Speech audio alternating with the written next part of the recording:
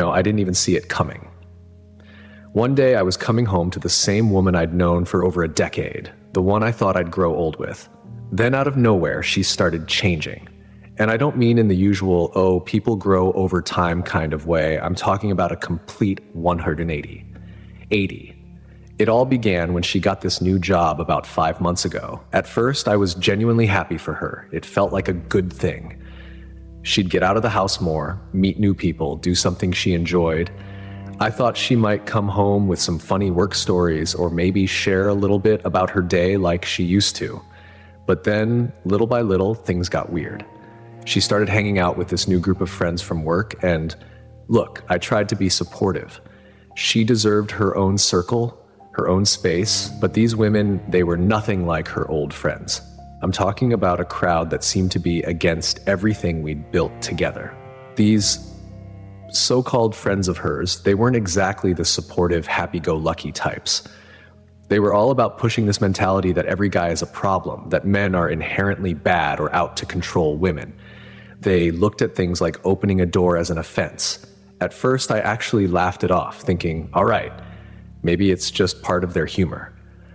But as time went on, I started to notice that my wife's behavior was shifting rapidly. The little things she used to appreciate, suddenly those became the things she'd argue about.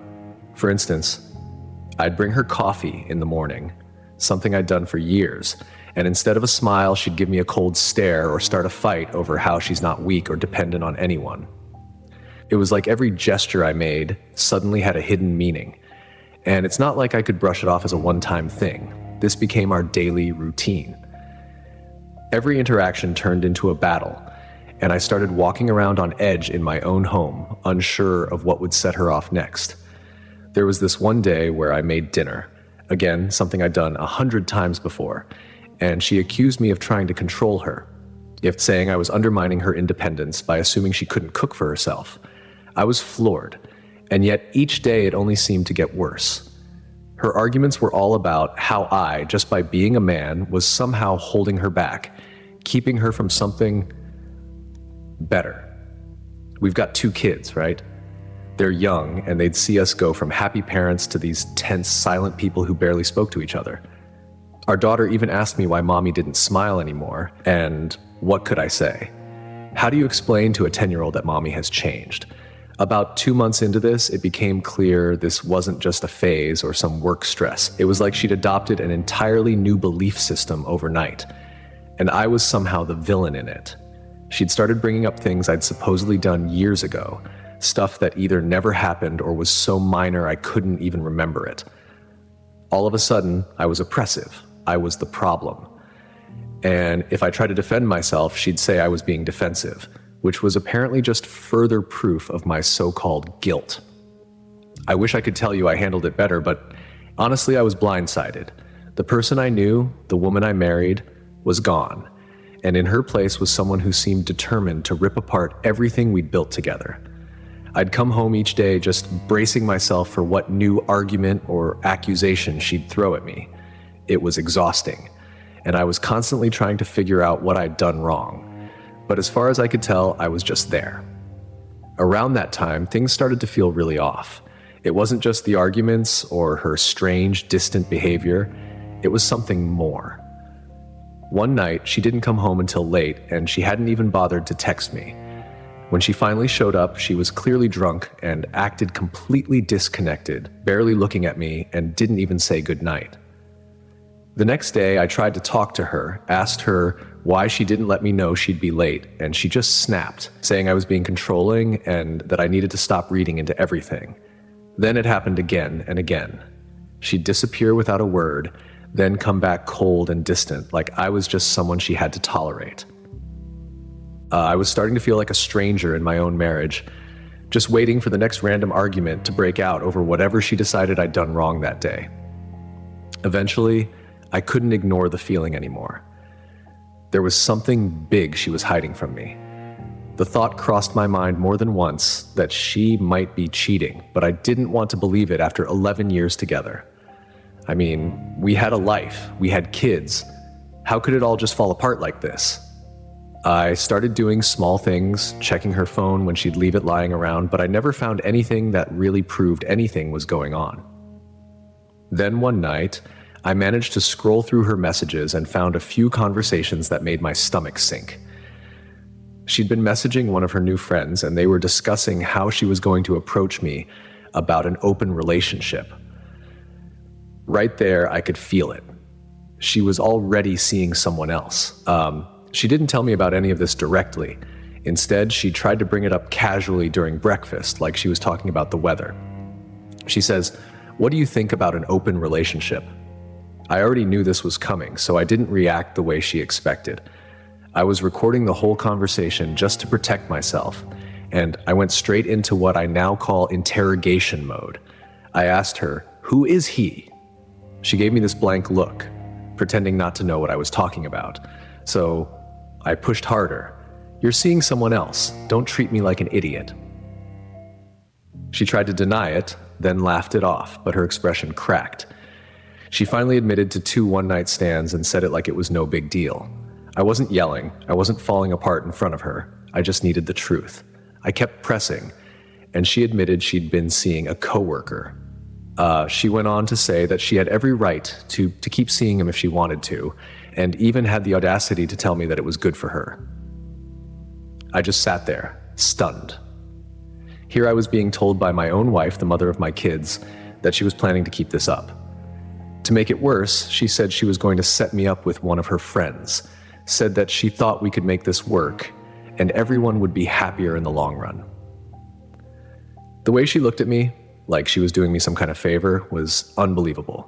I realized right then and there she had no remorse, not even an ounce of respect left. So I went quiet, just shut down completely. I locked myself in my office, sat there for a while, and decided I needed to know everything. I got some software that could recover deleted messages, loaded it onto her phone, and started to see all the things she'd been hiding from me. There were messages, photos, enough proof that everything I feared was true, and then some. When I confronted her again, I wasn't angry. I wasn't crying or begging or anything. I just wanted her to come clean. I needed her to tell me the truth, not just for me, but for whatever respect I had left for the life we'd built together. She'd shattered that already, but I still wanted to see if there was any part of her that felt even a little bit of remorse. So I asked her again, calmly, "Who is he?" She looked at me, and for a split second I thought she might actually be honest. But then, just like before, she tried to act innocent, shrugged, and said, "I don't know what you're talking about." The calmness I had left snapped. I told her straight up, "Don't lie to me. I already know. Just tell me who you're seeing." That's when she finally started to crack, admitting that she'd been out with a couple of guys and trying to downplay it like it was nothing. Just some meaningless fun, she said, like it was no different than meeting friends for drinks after work. I pressed her about her coworker, though, and eventually she admitted that he wasn't just some random fling. She confessed that it had been going on for weeks and that, in her mind, there was nothing wrong with it. Then she hit me with the real kicker. She intended to keep seeing him. The lack of remorse was brutal. She just kept saying things like, "It's good for me," and "You have no right to control who I see or what I do." When I told her how disrespectful and selfish that was, she flipped it around, saying I was being controlling and possessive. That was her whole argument now, that she was somehow freeing herself from the oppression of marriage. Then she went on this rant about how I'd never supported her and how she'd been held back by the life we had. 11 years together, and now I was the problem in her eyes. It was like talking to a stranger, or worse, an enemy. She even offered to help me out by setting me up with one of her friends, claiming that maybe I'd be happier if I just got out more. She said it with this smug look, as if she was doing me a favor by throwing a little bone my way. She couldn't have made it clearer that she thought she was the one in control here, and that I had no choice but to go along with whatever new version of our life she wanted. I can't even explain how surreal it was. The person standing in front of me wasn't my wife, wasn't the woman I'd shared a life with. It felt like I was looking at someone who just put on a mask and was mocking everything I thought we had. But I wasn't going to be humiliated, so I told her that I wanted her phone. At first, she laughed, saying she had nothing to hide. I kept my face stone cold, and eventually she handed it over, though she probably thought I'd just give it back. I locked myself in my office, ran that software again, and sat there while it did its thing. The messages that came up were beyond anything I'd expected. Plans, dates, comments about me, stuff she'd said to him and to her friends. She deleted most of it, probably thinking it was gone for good, but there it all was, plain as day. 30 minutes later, I came out and handed her phone back to her. She must have sensed something was up, because she started trying to talk, trying to explain herself, but I didn't want to hear it anymore. I asked her to leave. She went off yelling about how I was controlling, how men have always done this to women, and how I needed to accept her choices. But I stayed silent, just started packing her things while she screamed. I was done. When I walked her to the door, I told her she could live however she wanted now, that I wouldn't be holding her back anymore. She was free. I told her I'd be contacting my lawyer in the morning, and before she could argue, I shut the door. At that moment, I was certain about one thing. I couldn't live another day under the same roof with someone who didn't respect me or our family. The life we built was over, and she could have whatever freedom she wanted, just not with me. A few days after I kicked her out, I kept going over everything she'd said, every lie, every insult, trying to make sense of how it all fell apart so fast. But it was a dead end. Nothing could explain how she'd just thrown away over a decade together like it meant nothing. I decided that if she was going to disrespect me and our family, I wasn't going to just sit back and let her pretend it was okay. So I took a different route. I wanted her to know I wasn't some quiet doormat. I needed her to feel the consequences of everything she'd done. One thing I knew for certain was that she'd been seeing this coworker of hers regularly, lying to me and probably lying to his own family too. So I started digging around online, found his wife's profile on Facebook, and sent her a message. It was direct and to the point. I told her that her husband and my wife were involved, and I included some of the screenshots I'd recovered as proof. I didn't sugarcoat anything, didn't leave any room for doubt, and just like that, the wheels started turning. I wasn't expecting a response right away, but it didn't take long before she got back to me. She was devastated, thanked me for telling her the truth, and mentioned that she'd had her suspicions too. It was almost a relief to know I wasn't alone in this mess. Later, she sent me a video, a recording from her confronting them at a motel where they'd been meeting up. She'd burst into the room, catching them completely off guard, and let's just say it got intense. Hearing her yell at her husband, watching my wife scrambling to get dressed, trying to explain herself, it was gut-wrenching, but it also felt like justice. Not long after, my wife must have realized the whole thing was unraveling because she started blowing up my phone with messages. She'd alternate between apologizing and accusing me of being cruel for involving the coworker's wife. She acted like I'd crossed some line, as if her betrayal was fine, but me reaching out to the other woman was somehow wrong. But I didn't care anymore about what she thought. She'd made her choices, and now she was finally dealing with the fallout. Then came the part where her friends got involved. They started messaging me, acting like they were her personal cheerleaders, telling me I was being controlling and vindictive. One even suggested that I should have just accepted the open relationship idea. Another one implied that I'd be setting a bad example for our kids by not cooperating with my wife's new outlook on life. It was like some twisted alternate reality where everything was supposed to be on her terms, and I was just expected to roll over and accept it all. But the worst was yet to come. One of her friends, who, from what I gathered, had pulled the same thing on her own husband, told my wife that if I kept pushing back, she could always make things hard for me, legally. Say he's been violent, she said. Men get dragged through the mud all the time. He wouldn't stand a chance. That got to me. I'd done nothing but support my wife and try to keep our family together, and here was this friend suggesting that my wife could throw out a lie and ruin me. I couldn't believe that was even on the table. I decided I had to protect myself and my kids. That night, I ordered security cameras for the house, and I backed up every bit of evidence I had. I wasn't going to take any chances. This wasn't just about infidelity anymore. It was about making sure I didn't lose everything because of someone else's lies. I was done playing nice, done trying to understand her motives. I'd given everything to our marriage, and she treated it like a joke. Fine. She could keep her freedom, but she was going to learn what it felt like when someone wasn't willing to just lay down and let her walk all over them. I was all in for protecting myself and my kids, and I knew one thing for sure. I wasn't going to let her or her friends rewrite the story to make her the victim. This was the path she chose, and I wasn't going to let her forget it. After all that went down, I knew I had to get serious about the divorce and custody. My kids were my top priority. They'd already seen their mom acting different, heard the arguments, and felt the tension. It was all unraveling fast.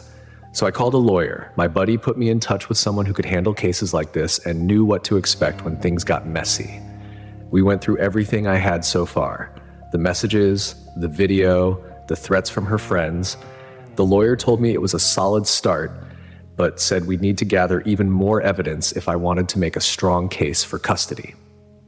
So I started documenting everything. I had cameras installed around the house and kept track of every interaction we had.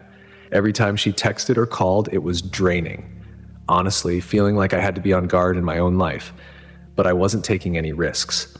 My lawyer also suggested I file for a restraining order given her friend's threats to make things hard for me legally. That was something I never thought I'd have to do with a woman I once trusted more than anyone, but here I was. The day I filed, it hit me hard. My wife wasn't who I thought she was anymore, and I had to protect my kids from the fallout. Things got tense quickly after she received the papers. She showed up at my parents' house on Christmas demanding to see the kids and work things out, but she was all over the place. Angry one minute, apologetic the next, like she didn't even understand what she'd done wrong. My dad eventually had to tell her to leave, saying he'd call the police if she didn't. That was the last straw for me. I realized then that she didn't even care how her actions were affecting everyone around her, including our kids. It got worse when she started reaching out to our mutual friends, trying to paint herself as the victim, claiming I was being unreasonable and controlling by not just letting her live how she wanted. Some friends cut contact with her immediately, but a few others, people I thought had known us well, actually took her side, saying I should compromise for the sake of the kids. It was like she was trying to turn our entire support network against me, all to save face. The divorce process itself was brutal. Her lawyer tried every tactic in the book, from claiming I was unstable to implying I was somehow financially controlling her by denying her access to our shared accounts. Never mind that I'd been the one paying the bills and covering most of the expenses for years. It was just another part of her campaign to twist things around, make me the bad guy in all of this. She even tried to argue for joint custody, saying that our kids needed both parents equally. But I'd seen enough. I knew the kind of people she was surrounding herself with, and I wasn't about to let my kids be exposed to that environment. My lawyer and I decided to go all in, using every piece of evidence we'd gathered.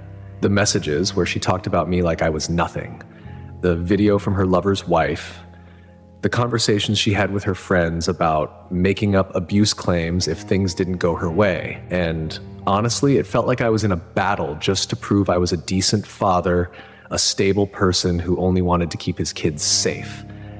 Every time I'd step into that courtroom or talk with my lawyer, I had to remind myself why I was doing this. It wasn't for revenge, and it wasn't about winning. It was about protecting my family from the person she'd become. By the time we wrapped up that phase of the custody battle, I felt like I'd aged a decade. But I was prepared to go through it as long as it took if it meant my kids would be with me in a stable, safe environment. In the end, she dug her own grave by being reckless, and my lawyer was confident we'd come out on top. But this wasn't the victory I'd ever wanted or imagined. I was drained, beaten down by everything that used to be my life. When the divorce was finalized, I thought I'd feel relieved, like some weight would finally lift off my shoulders, but instead it just felt empty. Here I was technically free now, but with 2 kids who just watched their family fall apart, wondering why their mom wasn't coming home. I tried to shield them from as much as I could, but they'd already seen more than any child should. And now, with custody settled, I was left trying to pick up the pieces and help them understand that none of this was their fault. After the hearing, I drove the kids to my parents' place. They'd been an incredible support through everything, and just knowing they were there was one of the few things that kept me steady. My parents helped keep the kids distracted while I sat down, trying to get my own head straight. The reality was sinking in. My life wasn't ever going back to what it used to be. The woman I once loved, the person I thought I'd spend the rest of my life with, was practically a stranger now. And it didn't stop there. My ex-wife was still wrapped up in that group of so-called friends, the same people who had encouraged her down this path. From what I heard, things weren't going great for her. She'd gone even further off the rails, caught up in a mess with drugs and drinking, to the point where she wasn't even holding down her job anymore. It hit me like a punch. She wasn't just reckless, she was spiraling, dragging her own life down along with everything we'd built. A few weeks later, I got a call from her parents saying she'd been admitted to the hospital after an overdose. They'd found her unconscious on a park bench, barely holding on. I didn't know how to react to the news. Part of me was angry that she was still making terrible decisions that could affect our kids. But another part of me, the part that remembered who she used to be, just felt sad. I didn't want to feel anything for her after everything she'd done, but I did. It was impossible to turn off those memories of better times no matter how far she'd fallen. When she was released, her parents offered to take her in, but only if she agreed to rehab and stayed clean. She refused. She chose to go stay with one of those friends instead. It was like she'd made her choice, and it wasn't us. It wasn't me, our kids, or even her family. I was torn between feeling pity and complete frustration. This wasn't the woman I married. She was a shadow consumed by something I couldn't even recognize. But I knew one thing. My kids needed stability, now more than ever. I started building a new routine for us. I'd wake up early, make breakfast, get them ready for school, and do my best to keep things positive around the house. My parents, friends, and even my old work buddies checked in on me, all offering help whenever I needed it. They'd remind me that I was doing the right thing, that this wasn't my fault, even though some days it felt like I'd failed somehow. But I couldn't stay stuck in that headspace. I had 2 young lives depending on me, and they were all that mattered now. Over time, things started to get a little better. The kids began to laugh again, finding joy in little things like movie nights or trips to the park. It wasn't a magic fix, but those small moments were everything to me. I wanted them to see that we were still a family, that despite everything, we'd make it through. I wasn't going to let them feel like they'd lost both parents. Months later, though, we got the final blow. My ex had passed away in rehab, the result of another overdose. I had to break the news to my kids, explaining that their mom was gone. That conversation was the hardest thing I've ever had to do. My daughter asked if her mom didn't love them anymore, and my son just cried silently. I held them close and told them that their mom loved them, even if she'd made mistakes. It was like they needed that to believe there was still some part of her that cared for them, even if she'd lost her way. Looking back, I still can't believe how quickly it all fell apart. But now, I'm determined to make something good out of what we have left. My kids are growing up in a different world than I'd ever planned, but they're safe, loved, and surrounded by people who genuinely care about them. And that, after everything, is what keeps me going.